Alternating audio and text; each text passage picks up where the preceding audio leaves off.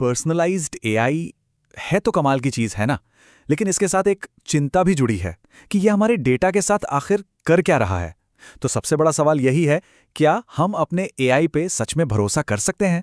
जरा सोचिए, हमारे फोन, हमारी घड़ियां और घर में लगे स्मार्ट डिवाइस, ये सब हर रोज हर पल हमारे बारे में कुछ नया सीख रहे हैं, हमारी आदतों को समझ रहे हैं ताकि हमारा एक्सपीरियंस और बेहतर हो सके।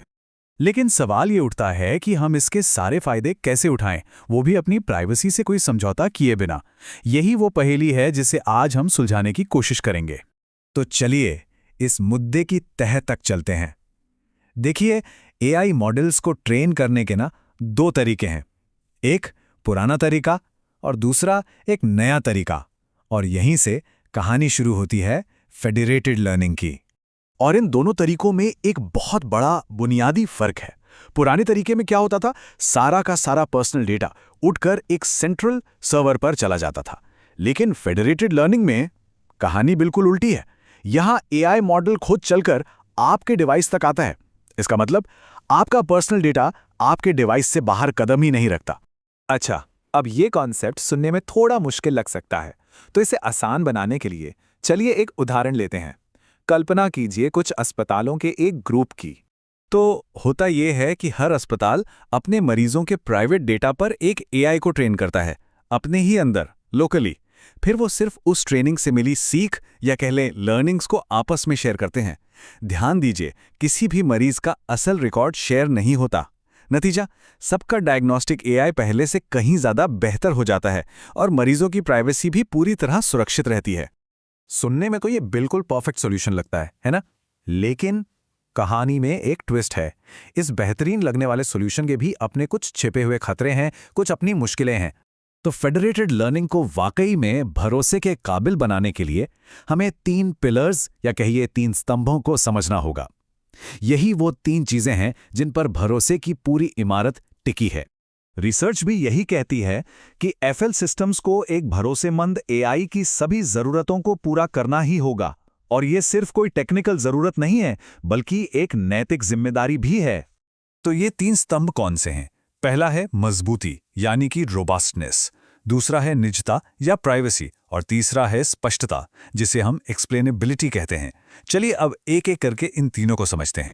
चलिए सबसे पहले पिलर की बात करते हैं, रोबस्टनेस यानी मजबूती। इसका सीधा सा मतलब है सिस्टम को बैड एक्टर्स यानी बुरे इरादे वालों से बचाना।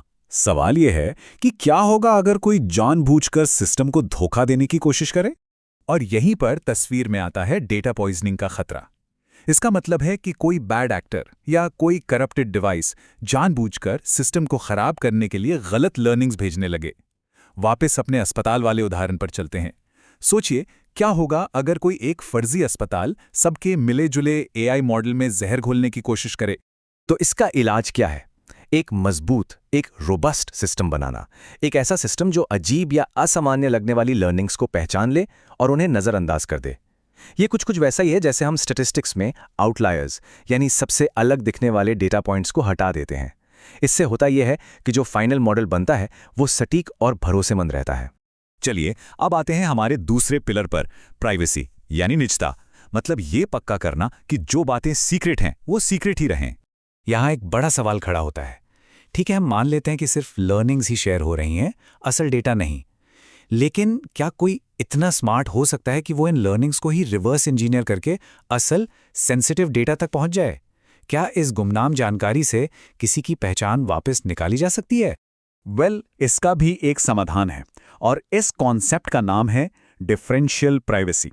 ये प्राइवेसी की गारंटी देने का एक बहुत ही स्मार्ट मैथमेटिकल तरीका है। अब ये काम कैसे करता है, ये भी बड़ा दिलचस्प है। देखिए, सबसे पहले डिवाइस अपनी असली लर्निंग कैलकुलेट करता है। फिर वो उसमें जानबूझकर थोड़ा सा रैंडम नॉइज यानी शोर मिला देता है, और फिर इस नॉइज वाली लर्निंग को शेयर किया जाता है। अब किसी एक डिवाइस के लिए तो ये नॉइज असली जानकारी को छुपा लेता है, लेकिन मजे की बात यह है कि जब हजारों डिवाइसेस से ये नॉइज वाला डेटा इकट्ठा होता है तो सारा का सारा रैंडम नॉइज एक दूसरे को कैंसिल कर देता है, और हमें ग्लोबल मॉडल के लिए एकदम साफ और सटीक नतीजा मिल जाता है। और अब आते हैं हमारे आखिरी और शायद सबसे जरूरी पिलर पर, एक्सप्लेनेबिलिटी यानी स्पष्टता। दूसरे शब्दों में कहें तो एआई के ब्लैक बॉक्स को खोलने की चुनौती। आखिर ऐसे एआई का क्या फायदा जिसके फैसलों के पीछे की वजह ही हम ना समझ पाएं? सोचिए, अगर हमारे अस्पताल वाला एआई किसी खास इलाज के लिए कहता है, तो डॉक्टर उस पर तब तक कैसे भरोसा कर सकते हैं जब तक कि वो ये ना जान लें कि एआई ने ये फैसला क्यों और कैसे लिया। तो एक्सप्लेनेबिलिटी का मतलब सिर्फ इतना है कि एआई मॉडल जो भी नतीजे दे वो इंसानी सूझबूझ से मेल खाते हों, और सबसे ज़रूरी कि एंड यूज़र उसके लॉजिक को समझ सकें। और अच्छी खबर यह है कि इसका भी एक सॉल्यूशन है।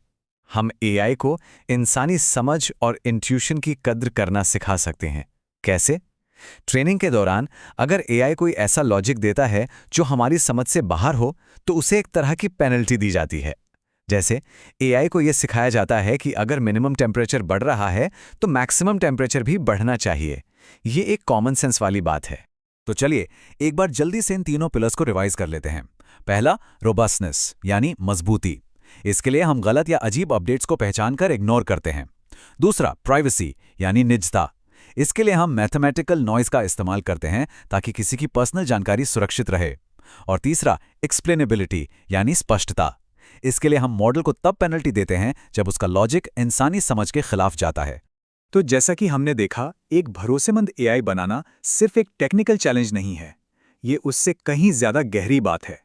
ये इस बात को पक्का करने की कोशिश है कि हम जो इतनी पावरफुल टेक्नोलॉजी बना रहे हैं वो सच में सही मायनों में इंसानियत के काम आए। और यही वो सवाल है जो हमें भविष्य के बारे में सोचने पे मजबूर करता है।